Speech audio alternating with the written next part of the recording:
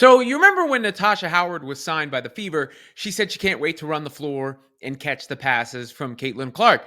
And I've sort of been beating that drum all along that I thought she'd be a great fit for that particular skill set. I mean, there's other reasons. She's got a winning pedigree, veteran, experience, all those things. But that particular skill, that flash skill, the ability to run the floor, catch, and finish was something that the Fever missed, particularly in the front court a season ago. They didn't have any front court players who could run the floor, go, catch the ball, and finish. And that's where I think Natasha Howard is going to thrive. I mean, Kelsey Mitchell, arguably the fastest guard in the league.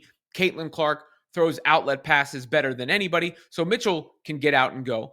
But in the front court, there weren't those players who could do the same. And now with Howard, there's going to be a lot of easy buckets to go around. And a lot of those Clark outlet passes are going to be converted at a better rate than they were a season ago. And, that was only emphasized to me by some highlights that I saw. Howard is playing overseas, and there was just one highlight that was shared by the Indiana Fever specifically.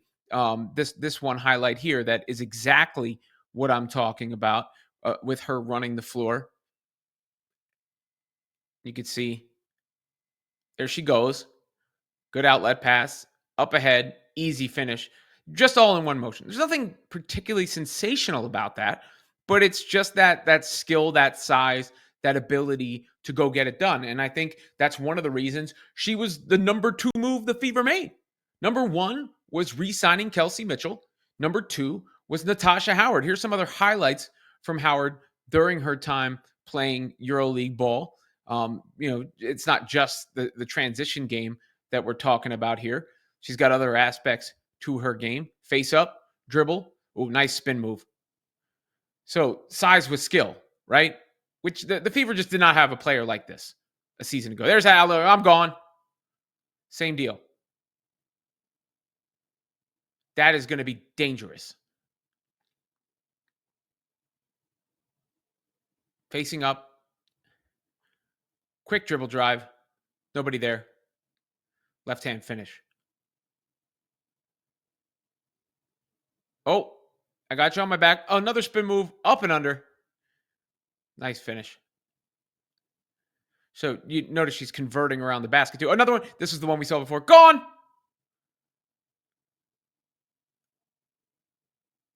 Just going to be 6 points a game like that, something to that effect. I got you on my back. Spin move on the other side. 2 points. And finally, same thing, doing a little work. This time, baby hook. So that is a skilled all-around player that the Fever are adding at their biggest position of need. They had nothing at the 4 spot specifically last year. Just nothing. Timmy Fagbenley played well early in the season, not so much later in the season. Melissa Smith was basically a detriment. They tried different combinations. Katie Lou Samuelson probably could have been tried at the 4 because she was too slow to play the 3, but she couldn't shoot the ball. Damiris Dantas is a nice player for her specific role, but can't play the majority of the game, isn't versatile enough to play the majority of the game that way. That was the position that needed to be filled, and it was filled in a big way by Natasha Howard. Now you bring in Bonner, too, who's also versatile. You bring in Cunningham. I mean, Bonner's more of a 3, but or just kind of a Swiss Army knife player, I guess I would say. And then you have Sophie Cunningham, who can play small ball 4, but is obviously more of a wing player as well. Regardless, just more options there. And then Turner is more size if you want to go that route. I talked about Kelsey Mitchell, who is so fast and was also so dangerous playing with Caitlin Clark in transition.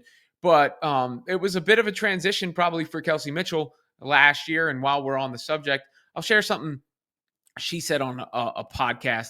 Kelsey was a guest on, I believe it's called the C-Suite Bowlers podcast, and was sort of baited a little bit with a question about Caitlin Clark fans and handled it very well, very appropriately, and very smoothly. I feel like everyone uses that, but at the same time, I feel like it's just lit. Like women's basketball, the game, how far it's come, the excitement, the attention. Maybe I'll start with you, Kels, because Lord Jesus, your team and their fans. Jesus. They be getting up in everybody's business. Starting with you, Kelsey, and then going to B and NECA. How have you guys experienced? Is there like a moment that you like think of when it comes to the explosion of the game and how it has changed the game? Oh man, I think I've seen both sides of it. From one, like being on a team with like Kaylin and knowing that some of the stuff and the wave that she created for like as where the game is and what she's been a part of, like as far as this process, I've seen so much of it. And so I think for me lately is the shift in moments in Indiana period as far as like the arena where we started, and B was my vet, kinda, right? Kinda. We up there, sis. We up there. She was a fever girl first. And so she also saw, and she's a vet too. They've seen what Indiana was, and I think now where it's at now, the big moment is seeing the shift and being a part of it from a standpoint of I know where Indiana was, and so to see the cultivation of it, you just grow to appreciate the process and the growth in which the game is going. I mean, yeah, that makes, aside from just anybody who can see it, to see it from the perspective of I've been on this franchise the entire time. And not only did we not make the playoffs, and we're drafting number 1 to the point where, there was a video shared by the Fever of Kelsey Mitchell embracing Aaliyah Boston when she was the number 1 pick. And then the next year, Kelsey Mitchell is, on the team with Caitlin Clark when she's the number 1 pick. So not only did the team not thrive as a team in a franchise, but nor did the franchise from, a profitability and notoriety or the league really standpoint.